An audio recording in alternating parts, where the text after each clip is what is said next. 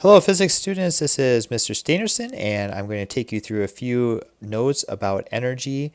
This, for most, will be a review of some of the things that you had learned in physical science, but I want to give a quick overview of some of the main types of energy that we'll be talking about in this unit and developing it a little bit farther. So for the first thing, we want to just do a quick review about what energy is. It really is defined scientifically as the ability to do work.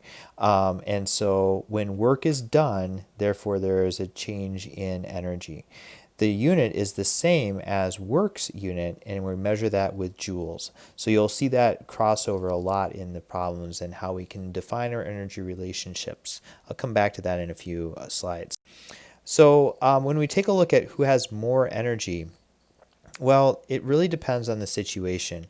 In fact, these two individuals, the person on the high dive who's just there a certain distance above the water, or a really fast sprinter like Usain Bolt, they're doing different things. So they have different types of energy. I would say this one would be storing its energy because of its distance above the pool, while this one has energy in motion or kinetic energy.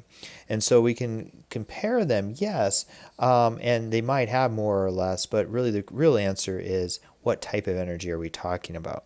All right, so there are lots of types of energy. We have kinetic and potential, that is defined by our mechanical energy.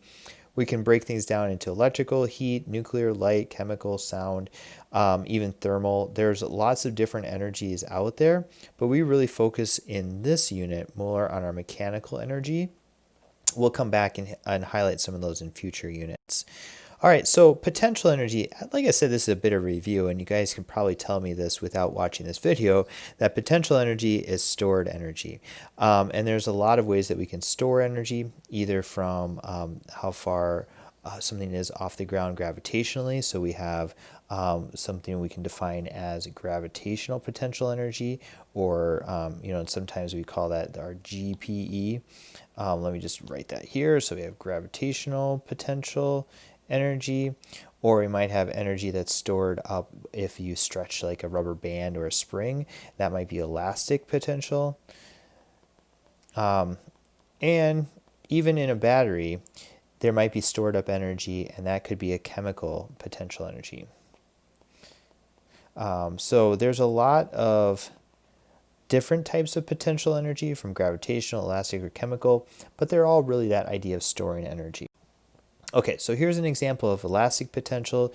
You can see that this rubber band is stretched back and we're storing energy.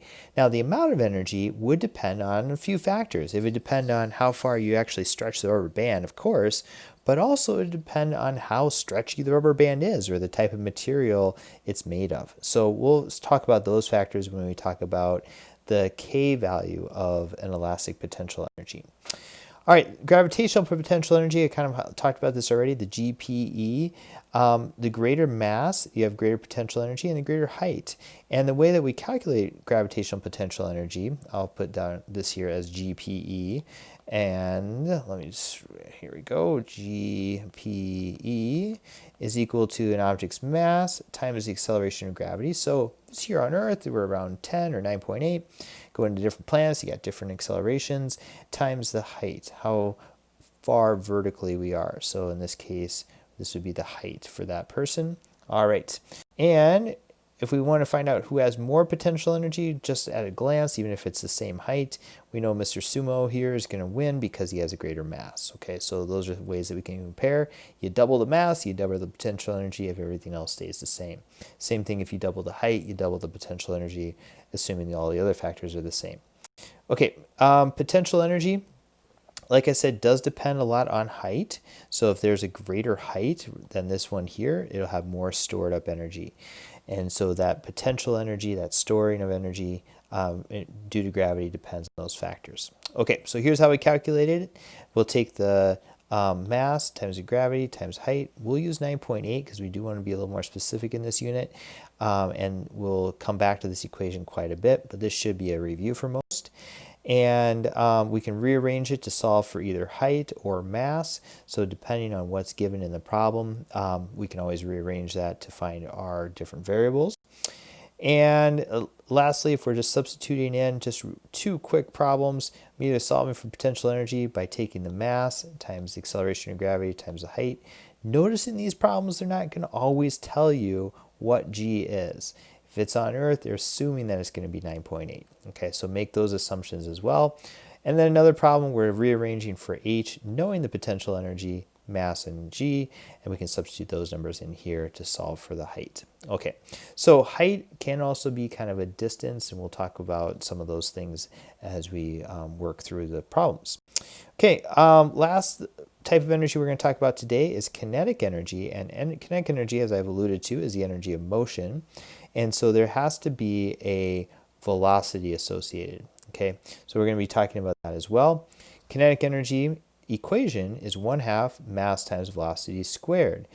In this case, if you double the mass, you're going to double the kinetic energy. But if you double the velocity, it's actually the velocity squared relationship. So you're going to get a square of the energy. So it's really some exponential growth there. So it really does depend a lot on velocity.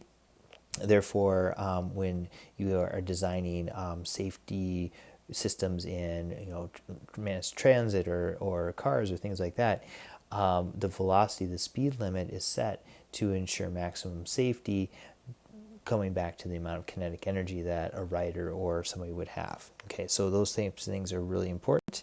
You can also rearrange to solve for different variables. And when you're plugging numbers in, no assumptions except thinking back to what your units are. Make sure you always go mass has to be in kilograms. Going back to those SI units, your velocity must be in meters per second. And therefore you can have a unit of a joule. Okay, so we have to come back to those basic units. All right. Last thing, if we're finding either potential or kinetic, if you are given the height or the velocity is going to be kind of your determining factor. Height, think potential energy, and velocity, think kinetic energy. Okay, so going back to this problem, who has more energy? Well, like I said, it's really about the types of energy. One has potential, one has kinetic. We could set it up so that they actually work out to be about the same amount of energy. It's just really the type of energy that makes the difference in this example. Thank you, and please reach out if you have any questions, but this should give you a quick overview of these different types of energies. Have a great day.